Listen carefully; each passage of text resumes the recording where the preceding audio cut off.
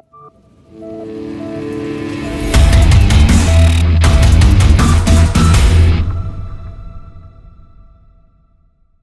everyone and welcome back to another video. Here is Wrestling Collectables Part 2, or Strange Wrestling Collectables Part 2, or Bizarre Wrestling Collectables Part 2, whichever you want to call it. Did the first one and thought, why not do a second one? I did have a look around and thought there's enough to do one more for this, so I'm going to do Part 2 right now of Strange Wrestling Collectables. I'm going to show you a few different things, show you what I've got here. I've got some wrestling figures even. I've got a very, very dusty game, which is up there as well. So hopefully this will be of interest for you, and I hope you enjoy watching Part 2. So let's get to our first item. This is something that I think I bought from www.shop.com or the UK Eurozone, something like that. And these are just like facsimile tickets. Now, why they gave me two of each, I'm not so sure, but like I've got two here of WrestleMania, Triple H versus Undertaker, with Shawn Michaels guest referee at Hell in a Cell. I've got two of those, which I only thought I had one, but obviously they gave me two. Don't know why. Obviously got two of those. They are literally, all they are is just commemorative ticket things, basically. Nothing too special. So that is Triple H and Shawn Michaels. So I can't even hold them properly, so they're going everywhere. Let me hold them like that. There we go. And the second lot that I've got here is John Cena and The Rock. And again, same sort of thing. Special commemorative ticket. But again, like I said, they're just on card. They're nothing fantastic. But just so I'd show you, those are something weird, bizarre, and random, which I even forgot I had. So there you go. Like I said, commemorative tickets. Why I bought these, I don't know. I didn't really buy a collection of them or anything like that. This wasn't even the WrestleMania I went to, which is 29, as you can see up there. So why I bought these, why I've got them, I have no idea. But that is item one, is facsimile or commemorative WrestleMania WWE tickets. There we go. Even I'm surprised a bit by that one, because again, didn't even remember I had it. This next piece is it's actually a small program. I didn't do this in the programs because it's slightly different, and this was actually quite recent. This would have been, I think, 2016. I went to Manchester, have a lot of good times in Manchester, and a lot of good friends there too. It's a place I love. It's just a wonderful place. If you get to go to Manchester, the people are amazing. The nights out are fantastic, and I just have a cracking time when I'm there. I came up on this occasion for literally one night. I came up, I finished work, I had to work. I think they made me work part of the day. I got a train, I came straight up, got into Manchester, and I was going that evening to Something to Wrestle with Bruce Prchard. Unfortunately, Conrad Thompson couldn't be there this time. I was quite early on, I think. For them, it was quite early on during that time, and so only Bruce came over. There was a picture of me and Bruce together, which hopefully I'll pop in here, and I had a great time talking with Bruce. It was quite bizarre to be in front of the guy that was with Vince McMahon for all those glory years throughout the Attitude Era. It's quite intimidating, actually. Bruce is a lovely, lovely guy, but you know, when you think about what he's done in the wrestling business, what he's helped produce, the stars that he's worked with, the incredible talents that he's had the opportunity to produce, it was incredible. It was incredible to be in front of Bruce. So I got this signed along with a t-shirt, which is in there somewhere. Again, I have to try and find these things. But this is a signed Something to Wrestle program from Bruce Prchard. And of course, bring that in a bit more. You can see a really cool program, really nice way it was done. And it was a cracking show. It was an absolutely brilliant show. I won't ruin the stories for you. There is a story about Vince McMahon and a manicure, which is hilarious. So if you haven't heard that, let Bruce tell it to you. Tweet him, see if he'll tell you. It was hilarious. It was great. The Vince manicure story is tremendous. I love listening to this. It's become literally weekly listening to me.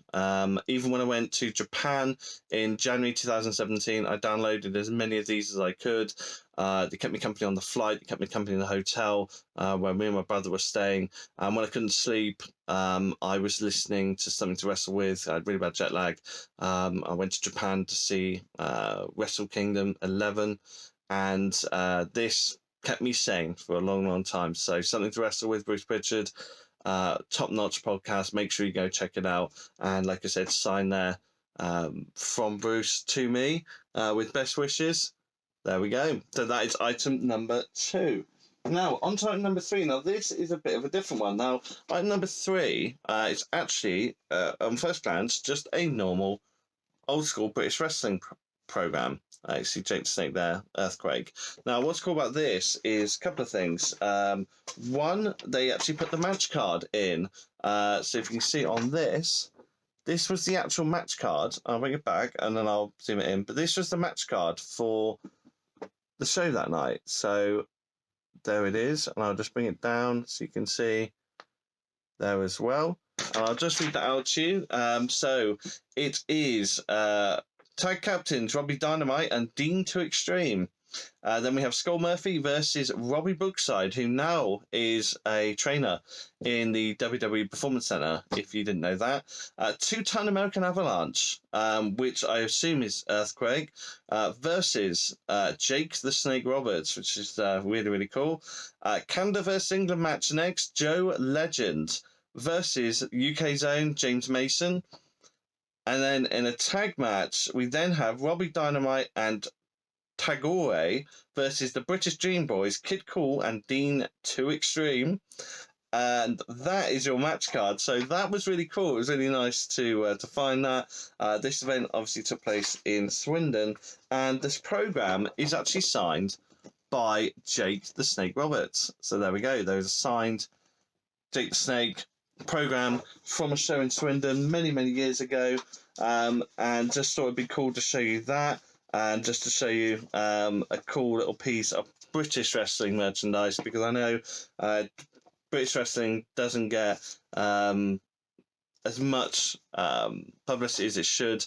This is British wrestling back in the day, but British wrestling now has exploded. It's provided the world with so many great professional wrestlers that have gone to all companies all over, whether it's WWE, AEW, the NWA, Ring of Honor. British wrestling guys and girls are everywhere, and they've helped the British wrestling scene. They're continuing to help the British wrestling scene going forward, and it's going to hopefully continue into the future. It's been absolutely fantastic. The talent that's coming out of this country is incredible. So there's something for you from the old school of British wrestling. Now, the next thing I want to talk to you about is something that I've had for a little while. I've actually got these in Japan. So I bought these in Japan. You'll see all the Japanese writing on them. They're a little dusty, so I do apologise. But I saw these and I'd never seen them before. I think you can get them now in the US. I think you can get them in the UK maybe as well. But these I'd never seen before, and they're made by Bandai. And here's the first one. It's Stone Cold Steve Austin. Now, what I liked about these were just different. I was like, these are strange WWE figures, and they've actually got 3 different heads in there, which I found really bizarre. If I just zoom that in, there we go. You can just see there, corner. There are all these different heads, and actually, I think there might be 4. I think there's one in that corner as well. I can't quite. Yeah, I think there's 4. There might be 4 different heads in there. Very, very. Very, very strange thing, and I just thought I had to get it. There's the back. You see it's all in Japanese. I bought this in a store in Tokyo. We were staying at the Tokyo Wii Hotel. Me and my brother went shopping in one of their department stores, and I ended up buying this. But not only did I buy the Stone Cold Steve Austin, I also bought the Japanese version of The Rock. So The Rock was there as well. Couldn't leave The Rock. If you've got Austin, you've got to have Rock. You know, the best WrestleMania series in history, you've got to have both guys. You just got to. So here is The Rock, the Brahma Bull, and again, you can see there's one with glasses on. So this one looks really cool, and if you see that side. So again, lots of different heads there for The Rock, and there's the back. of The Rock there again. These are made by Bandai in Japan. And there we go. And I'm a massive fan of wrestling figures. Not so much actually the newer figures like these. I'm a big fan of the Hasbro wrestling series. Yes, I do check out Zack Ryder's show that he has on wrestling figures. I have a ton of wrestling figures. If I could get down from the loft, I'd probably do a video on.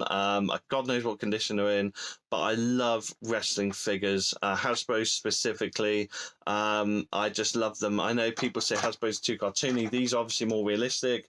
And there was obviously the other figures came later, the Mattel figures, that type of thing. But I just love Hasbro figures. They take me back to my childhood, and people don't like maybe the cartoony style, but I loved it. I thought the style was fantastic, and it just brings up memories of me playing with them in a playground at school. I didn't really mix with people that much, so I'd have my Road Warrior Hawk and say my Nasty Boy Knobs, and they would have their battle every lunchtime to see like who there were two tag team wrestlers, but they're having a singles match, and they were representing their teams, and that's all I used to do during a lunch break. Pretty sad, I know, but still, Road Warrior Hawk versus Brian Knobs, and little known fact, I actually got to meet Brian Knobs last year, which was really cool. There's a weird little story for you, but there I was meant to go there, but there we go. So it all comes full circle eventually. It really does. And the last thing I actually wanted to show you all is something that is extremely dusty, which I did promise you earlier. It is up there, but it is absolutely caked in dust. Here we go. Now, I'm going to see if I can just wipe this off a moment, because I didn't prepare this very well. And no, I can't. There's actually a sticker on it. I think I got this from a car boot sale, maybe. I'll show you the cover, which is going to be horrible. So apologies. It's dusty. I can't get the dust off. I don't want to rub it, because I don't want to rub any of the stuff off.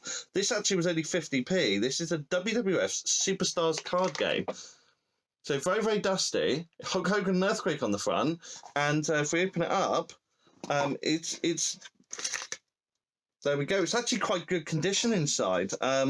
We've got the instructions on what to do, the old school WWF logo, and it all kind of like folds out. It's a whole big thing there for it.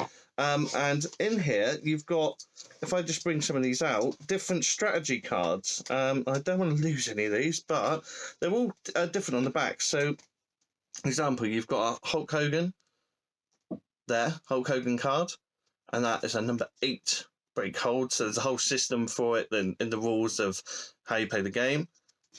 There we go. And there is an Earthquake card, which this one, here we go, let's show you that one.